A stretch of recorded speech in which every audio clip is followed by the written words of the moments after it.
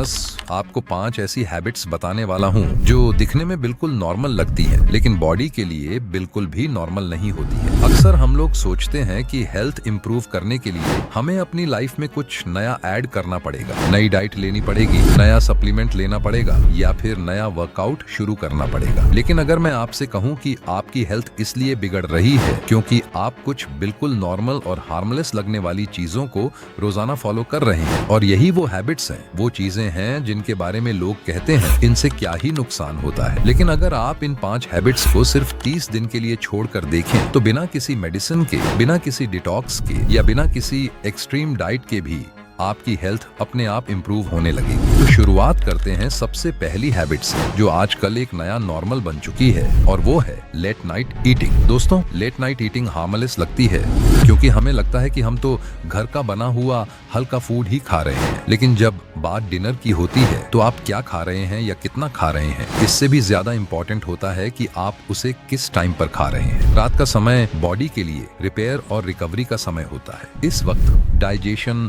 Naturally slow हो जाता है, इंसुलिन सेंसिटिविटी कम हो जाती है और लिवर डिटॉक्सिफिकेशन व सेलुलर रिपेयर के काम में लगा रहता है। लेकिन जब आप रात को लेट खाना खाते हैं या डिनर बहुत देर से करते हैं तो बॉडी रिपेयर की जगह डाइजेशन के प्रोसेस में उलझी रहती है। इसके नतीजे में इंसुलिन लेवल लंबे समय तक हाई रह सकता है, फैट बर्निंग प्रोसेस स्लो हो जाता है, स्लीप क्वालिटी खराब होती है और पूरी रात सोने के बाद भी सुबह आपको हैवीनेस महसूस होती है। तो आज से ही रात को 8:30 बजे के बाद डिनर करना अवॉइड कीजिए। चाहे आप लाइट डिनर ही क्यों ना लेते हो, फिर भी लेट नाइट डिनर से बचना जरूरी है। कोशिश करें कि डिनर सोने से कम 2 से 3 घंटे पहले पूरा हो जाए। शुरुआत में आपको भूख लगेगी, कुछ खाने की क्रेविंग भी होगी, लेकिन याद रखिए, यह असली भूख नहीं होती, यह आपकी बनी हुई आदत होती है।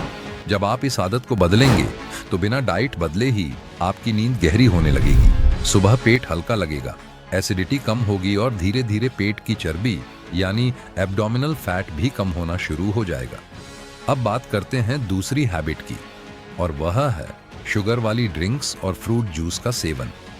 कोल्ड ड्रिंक के नुकसान तो लगभग सभी जानते हैं, लेकिन सिर्फ कोल्ड ड्रिंक ही नहीं, मीठी चाय या coffee, fruit juice, energy drinks, यहाँ तक कि फ्लेवर्ड दही और शेक्स, ये सभी चीजें आपकी सेहत के लिए नुकसानदेह हो सकती हैं।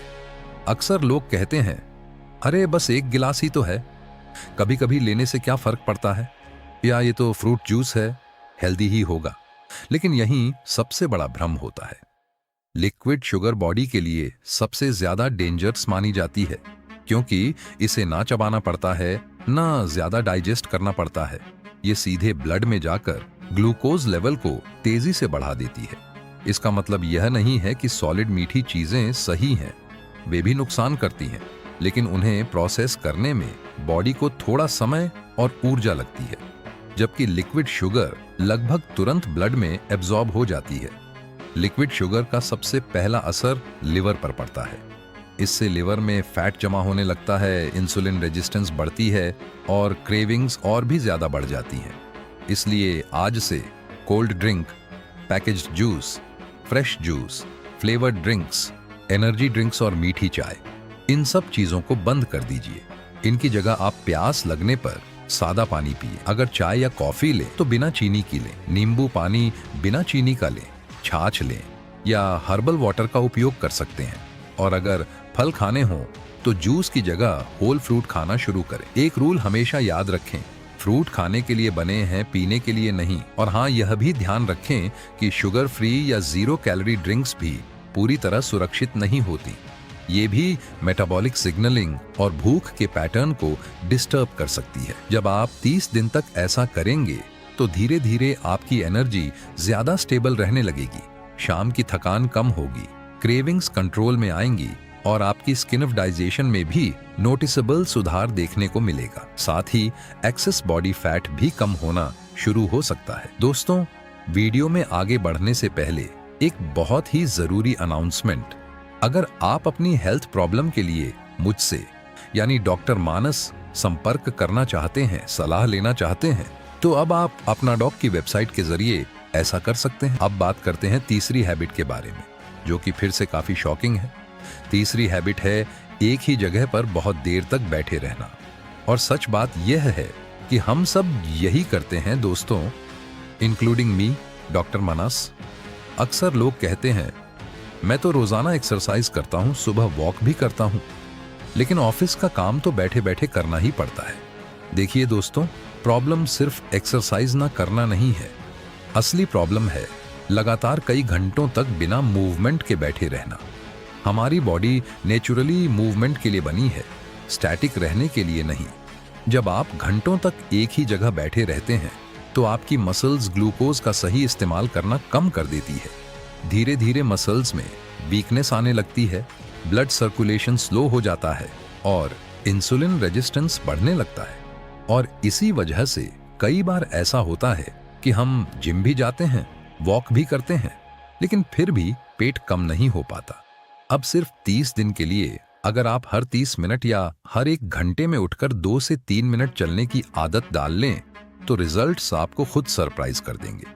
इससे आपके नेक और बैक पेन में राहत मिलेगी, डाइजेशन बेहतर होगा, ब्लड शुगर ज्यादा स्टेबल रहेगी और आपका ब्रेन भी ज्यादा फोकस्ड और शार्प तरीके से काम करना शुरू करेगा। अब बात करते हैं चौथी हैबिट की, जो बहुत ही कॉमन है, खासकर हमारे यंगस्टर्स में, और वो है नींद को इग्नोर करना। दोस्तों, मैंने बहुत से लोगों को कहते हुए सुना है, मैं 6 से 7 घंटे सो लेता हूं, उतना काफी है, या वीकेंड पर मैं अपनी नींद पूरी कर लेता हूं। लेकिन सच्चाई यह है कि नींद कोई मामूली चीज नहीं है, यह आपकी हेल्थ का बेसिक फाउंडेशन है। डीप स्लीप के दौरान ही हमारे हार्मोन बैलेंस होते हैं, इम्यून सिस्टम मजबूत होता है, ब्रेन टॉक्सिन्स क्लियर करता है और मेटाबॉलिज्म रेगुलेट होता है। जब आप प्रॉपर नींद नहीं लेते हैं तो कॉर्टिसोल लेवल बढ़ जाता है, क्रेविंग्स ज्यादा होती हैं, फैट स्टोरेज बढ़ता है और इम्यूनिटी कमजोर होने लगती है। और सबसे इंपॉर्टेंट बात, नींद कोई डेप्ट नहीं है जिसे आप बाद में चुका सके। अगर आज आपकी नींद कम रह गई तो उसे पूरी तरह रिकवर करना बाद में पॉसिबल नहीं होता। इसलिए नींद को एक प्रॉपर शेड्यूल दें। रोज लगभग एक ही समय पर सोने और उठने की आदत डालें। सोने से कम 1 घंटा पहले स्क्रीन बंद कर दें। अपने बेडरूम को ठंडा रखें। लगभग 18 से 20 डिग्री सेल्सियस का टेम्परेचर स्लीप के लिए आदर्श माना जाता है। कमरे को डार्क रखें और शांत वातावरण में सोने की कोशिश करें। जब आप नियमित रूप से एक ही टाइम पर सोते और उठते हैं तो आपकी बॉडी क्लॉक ऑटोमेटिकली उसी हिसाब से सेट हो जाती है। अब आते हैं 5वीं और बहुत इंपॉर्टेंट हैबिट पर, स्ट्रेस ईटिंग। और ऑनेस्टली स्पीकिंग, हम सभी लोग कभी ना कभी यह करते हैं। जब हम स्ट्रेस में होते हैं, बोर हो रहे होते हैं या एंग्जाइटी में होते हैं तो हम बिना सोचे समझे कुछ भी खाना शुरू कर देते हैं। यह असल में बॉडी का एक इमोशनल रिस्पॉन्स होता है जिससे वह खुद को शांत करने की कोशिश करती है, लेकिन इसके नतीजे में बॉडी में एक्स्ट्रा फैट जमा होने लगता है। बार बार थोड़ा थोड़ा खाना इंसुलिन को बार बार स्पाइक करता है, जिससे बॉडी को रेस्ट का टाइम नहीं मिलता। इसके कारण इन्फ्लेमेशन बढ़ता है और वेट धीरे धीरे बढ़ता चला जाता है। इसलिए अगली बार जब आपको लगे कि आप स्ट्रेस ईटिंग कर रहे हैं तो खाने से पहले खुद से एक सवाल पूछिए, क्या मुझे सच में भूख लगी है? अगर जवाब हाँ है तो प्रॉपर मील लें, सही तरीके से खाना खाएं, स्नैकिंग से बचें। लेकिन अगर भूख नहीं है तो 1 गिलास पानी पिए, 2 से 3 गहरी सांसें लें या 5 मिनट के लिए वॉक कर लें। स्ट्रेस को खाने से ट्रीट मत कीजिए, उसे मूवमेंट, ब्रीदिंग और माइंड रिसेट से मैनेज कीजिए।